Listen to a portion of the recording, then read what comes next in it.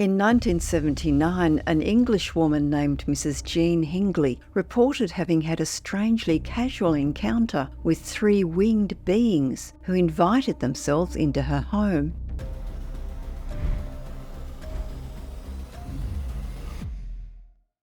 Her account was first published just after the occurrence in the Dudley Herald, and later expanded upon by UFO researcher Eileen Morris.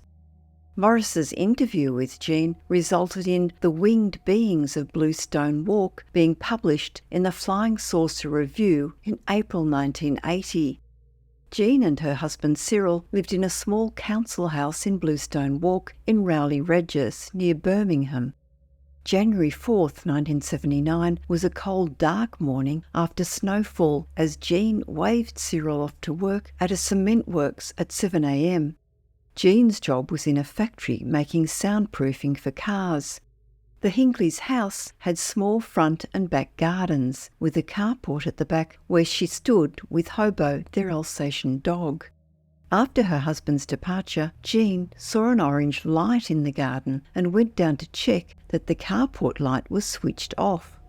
She realised that an orange light over the garden was gradually turning white, illuminating the whole garden. On returning inside, she suddenly heard a sound like zee, zee, zee, and 3 strange small figures floated past her through the open door.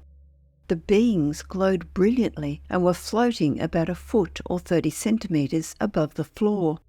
As they drifted past her into the lounge, she observed that they had wonderful wings, but were so terrified that she steadied herself, feeling frozen and speechless. Hobo, usually unafraid, seemed to hobble, swaying from side to side, his hair bristling all over. He seemed drugged, just flopping down on the floor stiff, with his eyes open. Jean felt paralysed, and like all the blood in her body had drained out through her toes, her mouth wide open but unable to move or speak. After a few minutes, Jean felt the fear seem to leave her, and then strangely, as if she were lifted up, a different person, and like she was in heaven, although still at home.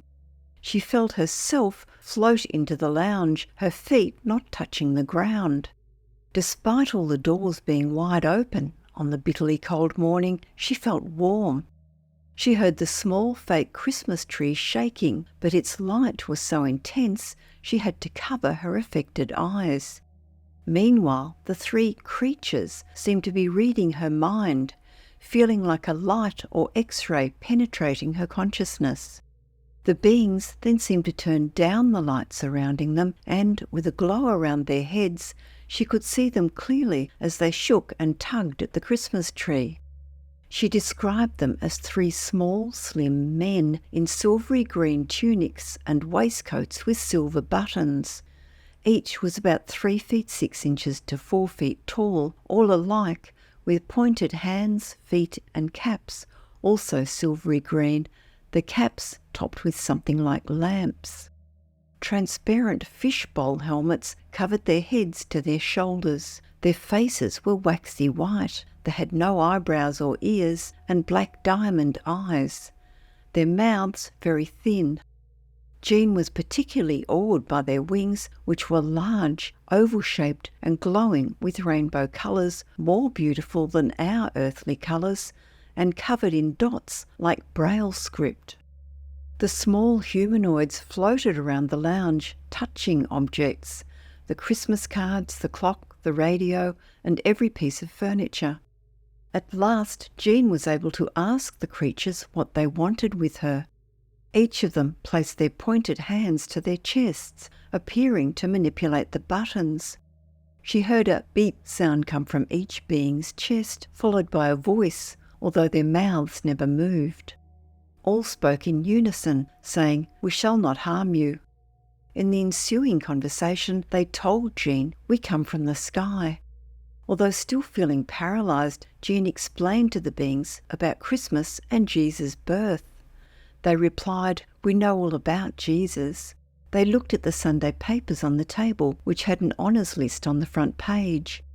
When Jean said those on the list had been made lords, they responded, "There is only one lord." Jean also suggested that they go to the Queen or to see a real lady, to which they said, "You are a lady." When Jean asked that they not bounce on her couch, they stopped, but she realised that when she spoke sharply, they intensified the blinding light. She became aware that, although these creatures were only small, they seemed to have power that could harm her. As they floated, their wings fluttered gently and silently, then folded like fans when they moved through doorways. They inspected upstairs and downstairs rooms where they picked up audio tapes and looked at packets of cigarettes and drink bottles on the sideboard. When asked if they wanted a drink, they said water 3 times. Jean brought 4 glasses of water on a metal tray, finding that as she approached them with the tray, she could barely hold it as it seemed magnetised towards them.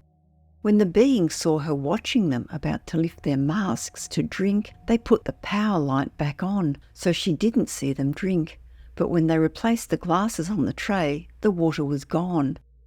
They told Jean that they had been to Australia, New Zealand and America visiting Earth to try and talk to people who don't seem interested. They accepted her offer to inform people, saying, "We have been here before and we shall come again." They told her everybody will go to heaven. There are beautiful colours there. When she told them she had not attended church for some time, they reassured her there is no need to worship in synagogues, a word that she did not know at the time. Jean then brought them a plate of mince pies, each lifting a pie like their hands were magnetic. When she saw them again looking at the cigarettes, she offered to show them how people smoke and struck a match to light a cigarette. They leapt back as if terrified and started to float towards the back door. Jean stubbed out the cigarette, called for them to come back, and found herself floating after them. She saw a large orange glowing object in the back garden, a seeming spaceship she estimated as 8 to 10 feet long, so 2.5 to 3 metres, and 4 feet high. Egg-shaped, it had round porthole windows and appeared to be coated with a kind of shining plastic, with something resembling a scorpion tail at the back and a wheel-like structure on top. The beings still held a mince pie each as they fled towards and entered the spaceship. The lights flashed twice like a goodbye, and the craft took off over the fence and across open ground towards Oldbury. Hobo then reanimated and wandered about the garden where the craft had left a deep impression where it had settled. Feeling strangely warm and happy despite the cold, on re-entering the house, Jean soon discovered that the clock, radio and television had stopped working. Jean called the police, who came from West Bromwich Police Station but couldn't do much, not even take fingerprints. They contacted the UFO Investigation Service in Birmingham, who came and measured the impression left on the ground and also took soil samples for analysis. Jean reported some unpleasant after effects of her encounter. Her eyes were sore for the following week, requiring her to wear dark glasses.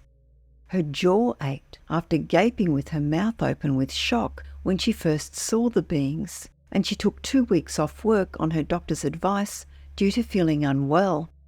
A few days later, the Hingleys tried the audio tapes that had been handled by the extraterrestrials. While before January the 4th they had been usable and functioning, they were now so distorted that they were ruined. Jean Hingley was a staunchly religious person who had never had any interest in UFOs or aliens. Despite the publicity and some ridicule she copped, she maintained that people who knew her believed her as they knew she was truthful. If anything, she was a pillar of the community, having fostered children and run the Tenants Association over many years. Her astonishing hour-long encounter remains a powerful UFO occurrence to this day.